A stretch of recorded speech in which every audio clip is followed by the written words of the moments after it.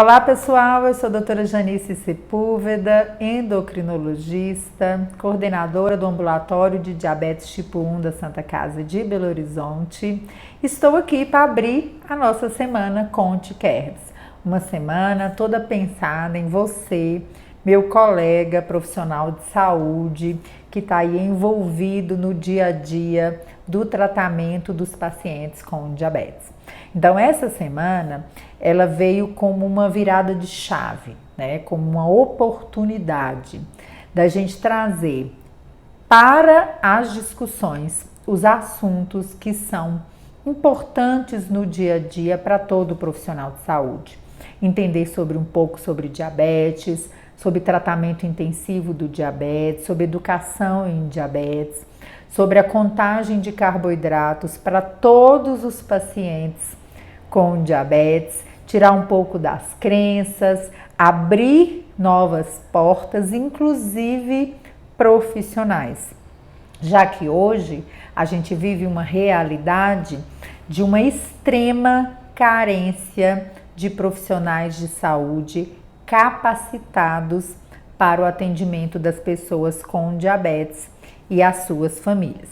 Então, fique por aqui, entenda um pouco melhor o porquê a forma que é feita hoje em dia não funciona tão bem para contagem de carboidratos.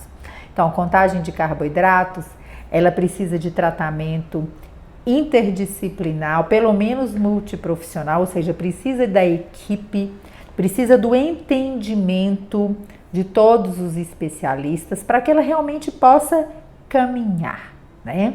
Então, é por isso que a gente fez a semana Conte Kerbs, é por isso que nós estamos aqui. Muitos de vocês já estão nos acompanhando aí desde a semana passada, nas lives de aquecimento, a gente já está tendo contato no grupo do Telegram.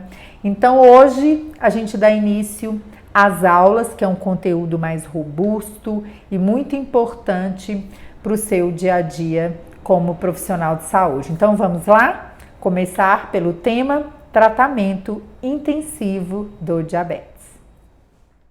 Então, pessoal, vamos à nossa primeira aula da semana Conte Kerbs, onde vamos falar sobre o tratamento intensivo do diabetes, focando principalmente nos dois principais estudos que definiram para os profissionais de saúde, para os prescritores, qual a melhor forma de tratar os pacientes com diabetes, ou seja, tratamento intensivo do diabetes, seja para os pacientes com diabetes tipo 1, sejam para os pacientes com diabetes tipo 2. E por que a gente insiste tanto em falar disso?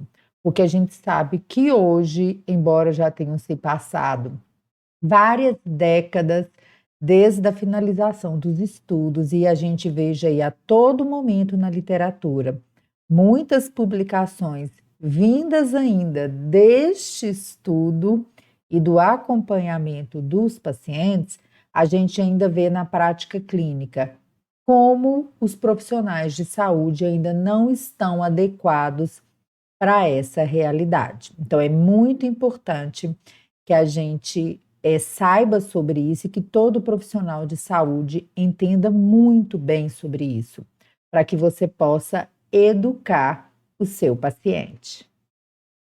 Então, começando pelos pacientes com diabetes tipo 1, ou seja, doença autoimune, com deficiência na produção de insulina, que em poucas semanas ou meses, passado aquela fase inicial do diagnóstico, os pacientes não terão produção de insulina suficiente para manter a glicose normal, a gente precisa entender melhor que contexto nós temos recebido os nossos pacientes hoje. E nada melhor do que mostrar sobre isso com um caso clínico.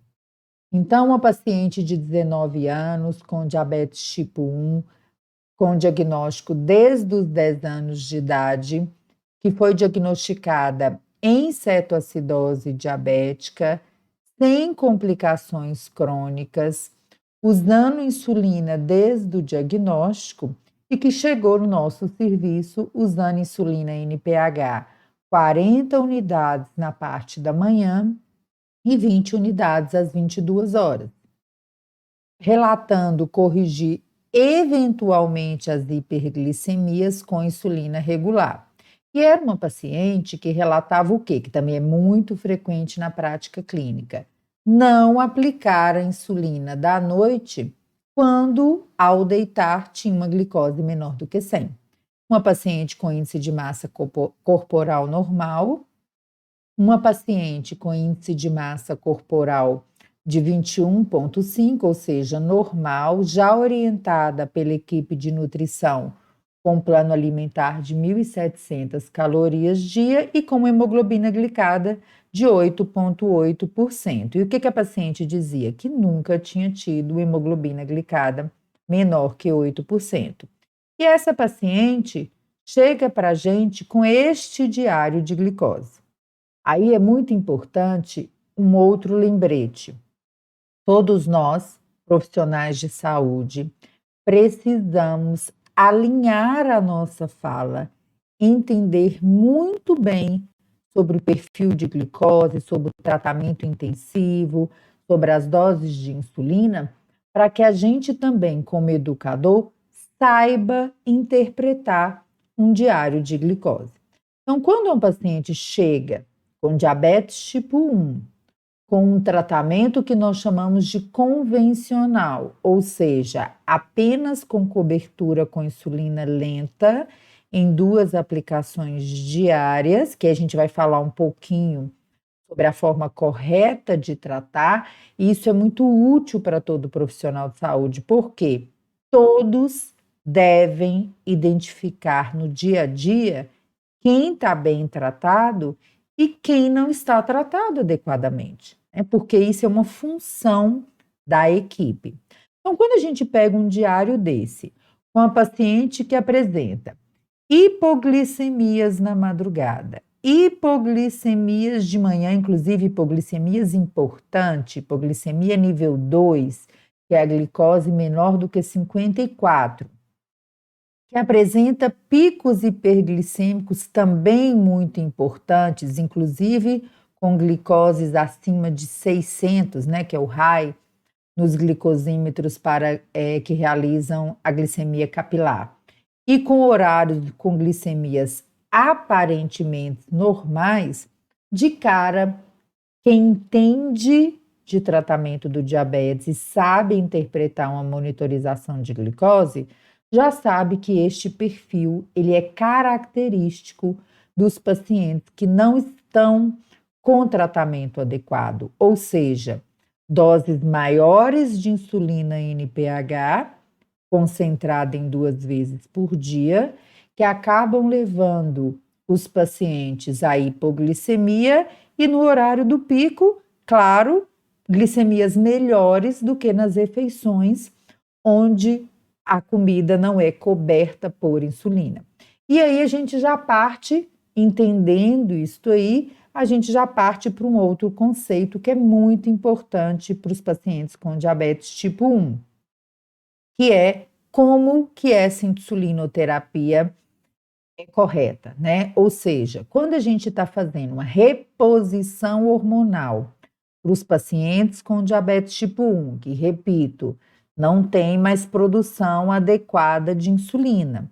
O que a gente está fazendo, na verdade? Nós estamos tentando aproximar este tratamento do mais fisiológico possível, Ou seja, o corpo produzia uma quantidade de insulina para cobrir o basal e o corpo produzia uma quantidade de insulina para cobrir os picos durante as refeições.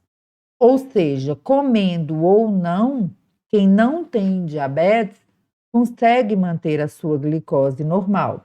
Então, quando a gente transfere isso para o tratamento de uma pessoa com deficiência absoluta de insulina, a gente precisa fornecer a mesma coisa, uma insulina de ação prolongada para responder aí, mantendo a glicose normal, no período de jejum e pré-refeição, e as insulinas para cobrir as demandas, não só das refeições, mas de qualquer outra necessidade aumentada de insulina que o corpo tenha, como, por exemplo, os dias de doença. E para isso, o que a gente precisa, então, nos pacientes com diabetes tipo 1? Nós precisamos oferecer para esse paciente sempre a insulina basal, o bolos de alimentação e os bolos de correção, que também são feitos com as insulinas rápidas. O que são os bolos de correção? São fórmulas, são cálculos que o médico prescritor faz para dar para aquele paciente, nos momentos de demanda extra, uma quantidade extra de insulina. Então, gente, toda vez que vocês pegarem uma prescrição de um paciente com diabetes tipo 1, que não esteja naquele período de lua de mel, que é a fase inicial do diabetes, onde ainda existe uma certa produção de insulina, é importante que todo membro da equipe multiprofissional entenda que precisa ter esses 3 itens. Talvez em um momento ou outro, no primeiro momento, numa primeira consulta, o paciente às vezes ainda não está ainda não recebeu nem o básico da educação, talvez naquele momento o bolo de correção possa ser adiado aí uma semana, ou bolo de alimentação uma semana, né? Mas não é correto que um paciente com 2, 3, 5, 10 anos de diabetes ou mais não tenha essa orientação. E, infelizmente, é assim que nós recebemos a maioria dos nossos pacientes, tanto no serviço público quanto no serviço privado. E a gente precisa se unir para mudar essa história. Então, pessoal, o estudo DCCT, que foi publicado em 1993, é a nossa fundamentação teórica para o tratamento dos pacientes com diabetes tipo 1. É nele que foram baseados as evidências para o tratamento intensivo do diabetes, ou seja, mimetizar o fornecimento da insulina o mais próximo possível da produção de quem não tem diabetes tipo 1. Então, para que vocês entendam um pouco melhor, o DCCT, então, foi o maior estudo já realizado para investigar o efeito do tratamento intensivo do diabetes na progressão das complicações do diabetes tipo 1. Foram incluídos neste estudo 1.441 pacientes com diabetes tipo 1, sem retinopatia diabética ou com retinopatia diabética leve, ou prevenção primária, sem retinopatia, intervenção secundária, retinopatia diabética leve. Durante esse estudo, os pacientes foram randomizados, ou seja, eles foram divididos para um grupo convencional, com aplicações de insulina em 1 ou 2 vezes ao dia, ou tratamento intensivo do diabetes, 3 ou mais aplicações por dia, com múltiplas aplicações diárias, ou com bomba de insulina, além do monitoramento frequente da glicemia. E no grupo convencional, qual foi o objetivo? Evitar sintomas de hiper e de hipoglicemia, com 1 ou 2 injeções de insulina por dia, como eu disse, o automonitoramento diário e educação inicial do paciente, principalmente para alimentação e exercícios físicos, e os pacientes vinham para o acompanhamento a cada 3 meses. Já no grupo com tratamento intensivo, o objetivo foi manter o paciente assintomático, com glicemias em torno de 70 a 120 antes das refeições e menor que 180 após as refeições. além do que medidas de glicemia na madrugada acima de 70 e tentar alcançar uma meta de hemoglobina glicada menor que 6,5%, com 3 ou mais aplicações ou bomba de insulina, com pelo menos 4 testes diários, né, de glicose. Os pacientes foram internados para iniciar esse tratamento intensivo, também receberam um programa de educação integral com instruções alimentares frequentes e visitas mensais a clínicas, ou seja, um tratamento intensivo do diabetes.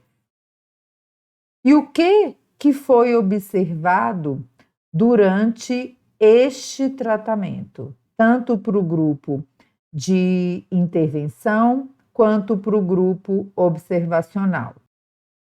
O que foi observado? Durante o DCCT, porque o EDIC foi o estudo observacional, durante o DCCT, a terapia com insulina em pessoas com diabetes tipo 1 reduziu significativamente a hemoglobina glicada em relação àquelas pessoas que fizeram tratamento convencional. Este grupo que recebeu a intervenção aí intensiva alcançou uma hemoglobina glicada média de 7,1%, enquanto os pacientes tratados de forma convencional apresentaram hemoglobina glicada de aproximadamente 9%. Daí, gente, a gente já tem um ensinamento para a prática clínica. Vamos pensar. Se um paciente com diabetes tipo 1 utiliza insulina NPH, né, fornecida aí universalmente, 2 vezes ao dia, a gente já tem que pensar que, em média, se ele tem um acompanhamento na atenção primária, se ele já teve alguma noção do seu plano alimentar, da prática de exercício físico, a gente não deveria estar encontrando pacientes com hemoglobina glicada de 10, 12, 14, 18, 20%, como a gente recebe, né? Por quê? Porque a gente sabe que se estiver usando uma quantidade de insulina, mesmo que em tratamento convencional, o paciente com um mínimo de suporte ele deveria alcançar uma média de 9%. Então, é muito importante que a gente reflita sobre isso. E olha que coisa impressionante. Durante o acompanhamento desse estudo, todos os pacientes que estavam em tratamento convencional foram migrados para o tratamento intensivo, obviamente, né? Porque o resultado ele foi encontrado, então a todos foi oferecido. Então, durante o EDIC, né, que foi essa coorte aí de acompanhamento do DCCT, os pacientes equipararam, né, conseguiram um nível equivalente durante o segmento, em torno de 8% em ambos os grupos de tratamento. Aí também vem o quê? Um aprendizado muito importante. O quanto que o acompanhamento regular, o contato com a equipe, o suporte faz diferença na vida dos pacientes com doença crônica. E qual foi o grande ensinamento do DCCT? Que a terapia intensiva para os pacientes com diabetes tipo 1 reduz e muito o percentual das complicações. Então, nos pacientes que não tinham retinopatia basal, ou seja, os pacientes que entraram sem complicação para a prevenção primária, o tratamento intensivo reduziu o risco de retinopatia em 76% neste grupo. E a microalbuminúria, ou seja, a perda de proteína pela urina, a nefropatia diabética, em torno de 34%. E a diferença entre esses grupos foi estatisticamente significativa. Nos pacientes com prevenção secundária, ou seja, já tinham uma retinopatia leve, quando entraram no estudo, olha que lição importante. O tratamento intensivo retardou, atrasou a progressão da retinopatia em 54% e reduziu o aparecimento da proteína na urina em 43% em relação ao grupo tratado de forma convencional. Então, quando a gente fala de complicação microvascular, a gente também precisa entender como é a progressão desses pacientes, ou seja, quanto maior a hemoglobina glicada, maior o risco de progressão, tanto da retinopatia quanto da microalbuminúria. E no DCCT, apesar de hemoglobinas semelhantes, houve um outro grande aprendizado nesse estudo. Durante o segmento do DCCT, que é o estudo EDIC, já nos primeiros 7 anos de estudo, embora a hemoglobina glicada fosse semelhante entre esses dois grupos, o que foi observado? Que o grupo tratado intensivamente durante o estudo progrediu com um percentual menor de retinopatia no correr da vida. Então, esses achados, trazendo ele aí para os conhecimentos da atualidade, vieram os conceitos da memória metabólica, ou seja, são vários fatores envolvidos na memória metabólica, mas a lição é: pacientes bem tratados intensivamente desde o início do diabetes, né, seja criança, seja adolescente, seja adulto, eles terão uma progressão melhor, né, mais segura do diabetes ao longo da sua vida. E, em resumo, né, essa redução nas complicações maiores, nesses períodos combinados de estudo, né, nesta evolução, qual que é a lição?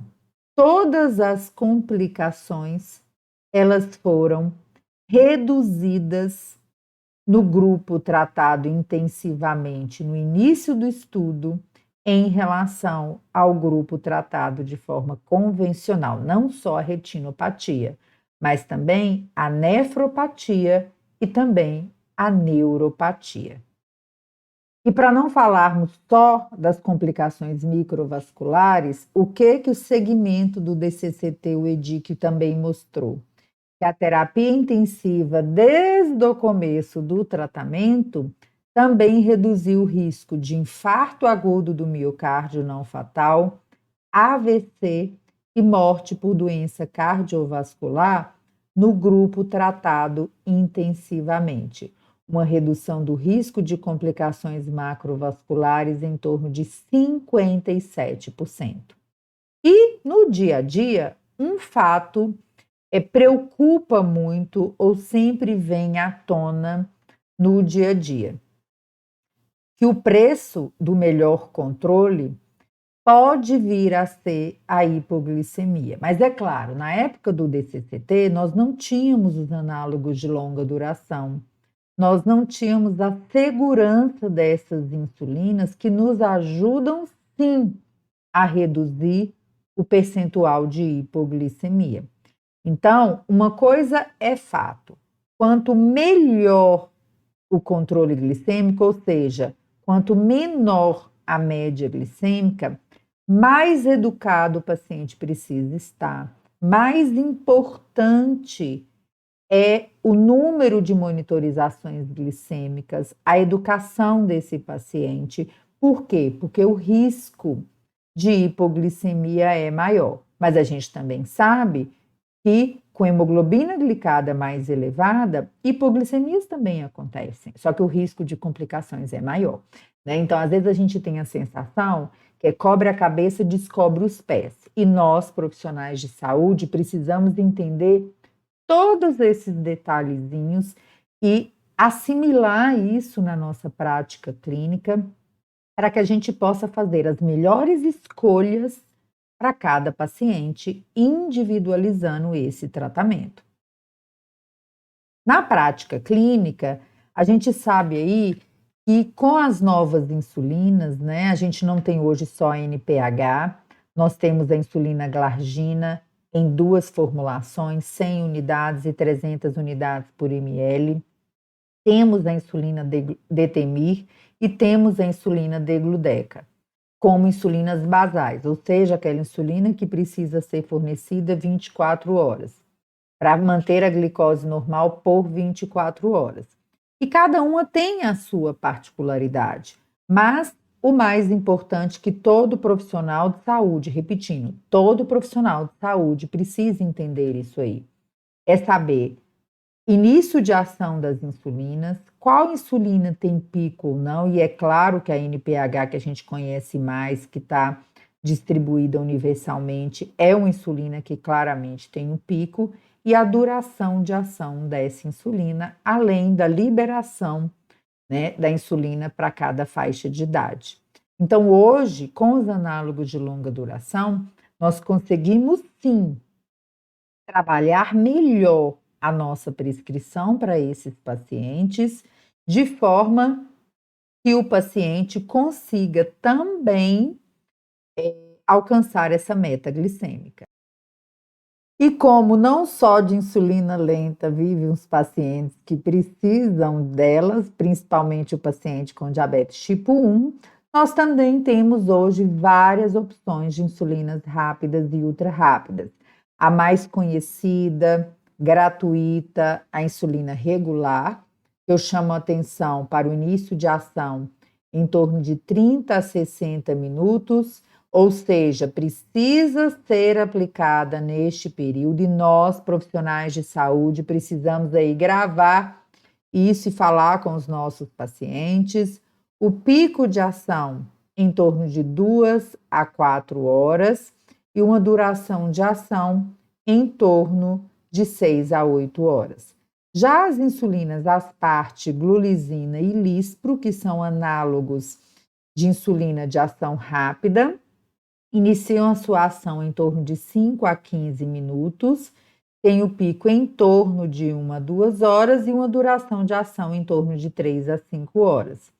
Ou seja, precisam ser aplicadas pelo menos 10 a 15 minutos antes do início da refeição. Já as insulinas de ação ultra rápida, a última a chegar no mercado, inicia sua ação em 0 a 2 minutos e tem um pico de ação e uma duração de ação semelhante. Em relação à análise econômica, né, do DCCT para o tratamento intensivo, a gente precisa ter uma clareza importante, e essas são 2 frases que é muito importante que a gente assimile. E do ponto de vista do sistema de saúde, a terapia intensiva representa sim um bom valor monetário para o investimento. Por quê? Porque reduz complicação. Embora ela seja cara, principalmente em relação à monitorização glicêmica e em relação aos análogos de insulina e ou a bomba de insulina, quando os custos das complicações são contabilizados, é muito mais barato tratar da forma correta os pacientes com diabetes tipo 1 e é importante que a gente lute por isso aí no dia a dia. Passando para os pacientes com diabetes tipo 2, a gente também tem um grande estudo que é o KPDS. O KPDS, né, aí não exatamente imitando, né, mas buscando entender melhor se esse tratamento intensivo do diabetes com sulfonilureias, que é o que tinha na época, ou as insulinas, comparados com o tratamento convencional, também reduziria o risco de complicações nesses pacientes. E sim, né? O estudo mostrou, incluindo aí 1.138 pacientes no grupo convencional e 2.729 pacientes no grupo com tratamento intensivo. A gente teve pacientes aí numa média de idade de 54 anos, após 3 meses de tratamento com dieta e ou exercício físico, usando sulfonilureia com ou sem insulina, comparado com o paciente em tratamento convencional com dieta. Então, o que a gente queria, na verdade, né? O que eles queriam, na verdade, neste estudo? O objetivo era comparar 3, que a gente chama de endpoints, né? 3 desfechos principais neste estudo: morte súbita, morte por hipo ou hiperglicemia, infarto agudo do miocárdio, fatal ou não fatal, angina, doenças cardiovasculares, falência renal, ou seja, complicações micro e macrovasculares. E o que foi observado? Que no KPDS e no segmento do estudo em 10 anos, né, onde os pacientes em tratamento convencional atingiram uma média de hemoglobina glicada em torno de 7,9% inicial, e os com tratamento intensivo alcançaram uma média de 7%, tanto durante o estudo quanto durante o segmento do estudo, o que foi observado foi uma redução, tá? Não só da média glicêmica, como eu disse, como uma redução importante do risco de morte por todas as causas, que não alcançou, né, um P significativo durante o estudo, mas no segmento sim. Quase alcançou de infarto do miocárdio durante o estudo, mas no segmento sim. Mas já durante o estudo foi encontrado uma diminuição das complicações microvasculares em relação ao grupo tratado de forma convencional. E o KPDS, no acompanhamento de longo prazo, como eu já tinha dito, embora a hemoglobina glicada tenha equiparado, houve com o segmento uma redução das complicações, não só micro como macrovasculares, naqueles pacientes que lá atrás alcançaram uma hemoglobina glicada adequada. E aí, pessoal, vem o ponto mais importante no dia a dia do nosso entendimento.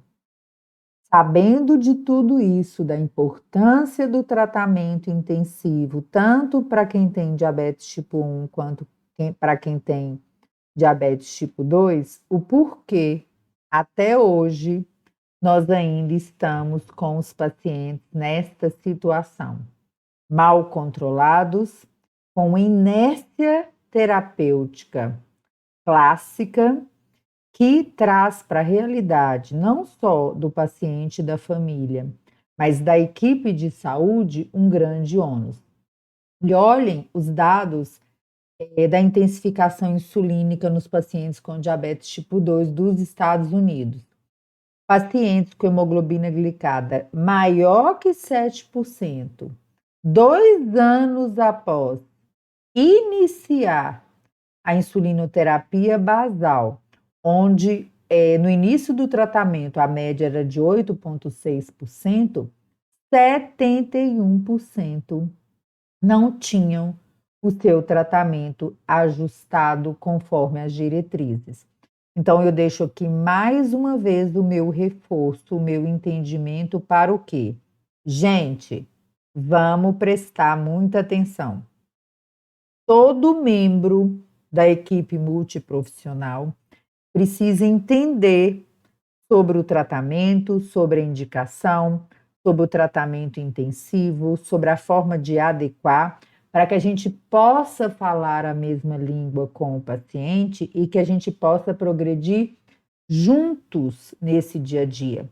Porque a gente já entendeu quais são as consequências positivas de se tratar o paciente de forma intensiva, ou seja, da melhor forma possível desde o início do tratamento. E a gente sabe que existem as consequências, né, desse tratamento intensivo. O ganho de peso, embora o ganho de peso dito pelas pessoas não é exatamente como a gente escuta na prática clínica, né? A gente sabe que a intensificação do tratamento dos pacientes, tanto dos pacientes com diabetes tipo 1 quanto tipo 2, leva, né, a um ganho de peso pela própria insulina. Mas é importante a gente entender que este ganho de peso do tratamento convencional para o tratamento intensivo, há uma diferença média aí, né, em torno de 4 quilos em algum momento, mas o ganho de peso progressivo não está relacionado apenas à insulina. A gente sabe disso. Então é importante que a gente trabalhe com os pacientes a base do tratamento, né, que é a alimentação, o exercício físico, a educação em diabetes, o trazer para o dia a dia a equipe junta para esse tratamento. E quando a gente fala de diabetes tipo 2 e de insulinoterapia, a gente ainda tem uma outra questão. É mais leve, talvez, digamos assim, ou com maiores chances de educar o paciente desde o início da doença para a insulinoterapia progressiva ou oportuna, ou seja, qual é o conceito atual? Os pacientes serão insulinizados quando eles precisarem. Então, nós, profissionais de saúde, temos que tirar da nossa mente, desfazer esta crença que o paciente e a família também têm, que insulinoterapia é fim de linha, que é a última coisa que pode acontecer, ou que o paciente é culpado pela fisiopatologia, né, pela história natural do diabetes tipo 2, que é a diminuição da produção de insulina. Ou seja, em qualquer momento do tratamento, nós podemos utilizar do esquema basal, do basal plus, que é o acréscimo de uma dose, né, quantidades menores de insulina para cobrir refeições, o basal bolus, que é igual os pacientes com diabetes tipo 1, mas que podem ter apenas 2 doses de insulina, ou o tratamento intensivo do diabetes, como um paciente com diabetes tipo 1. Então, é muito importante que a gente tenha isso em mente e eduque os nossos pacientes com diabetes tipo 2 desde o primeiro momento.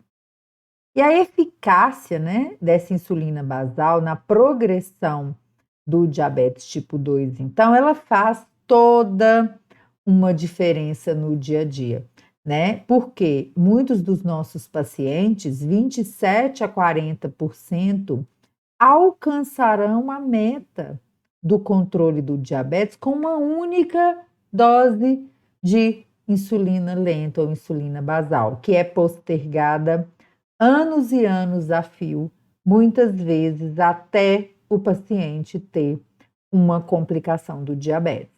Então, é muito importante que na prática clínica, todos vocês que estão assistindo essa aula, que são profissionais de saúde, que estejam ou não inseridos dentro de uma equipe de atendimento aos pacientes com diabetes, vejam com outro olhar o diabetes, com outro olhar a insulinoterapia no tratamento do diabetes tipo 1 e tipo 2, com foco no melhor tratamento para cada paciente, mas principalmente, gente, que vocês aprendam diabetes para exercer melhor o seu trabalho no seu local de trabalho, independente de você estar numa equipe ou não. Porque certamente cada papelzinho que cada um fizer dentro do seu dia a dia de trabalho fará uma grande diferença para os pacientes no futuro.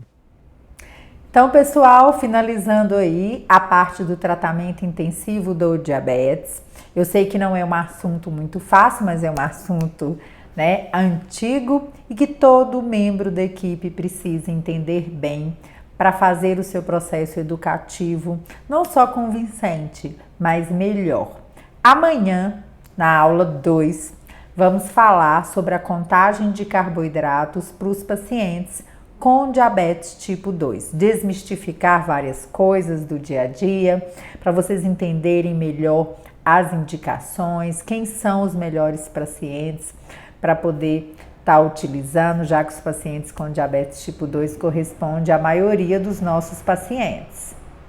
Então, eu espero por vocês na aula de amanhã. Se você tiver alguma dúvida sobre essa aula de hoje, deixa aqui nos comentários ou posta lá no nosso grupo do Telegram. Quero aproveitar para convidar vocês para nos seguir nas páginas do Facebook, do Instagram, do YouTube, onde a gente posta aí muito conteúdo educacional que pode ajudar você nessa jornada de educação dentro do seu dia a dia profissional. Então, um abraço e até amanhã!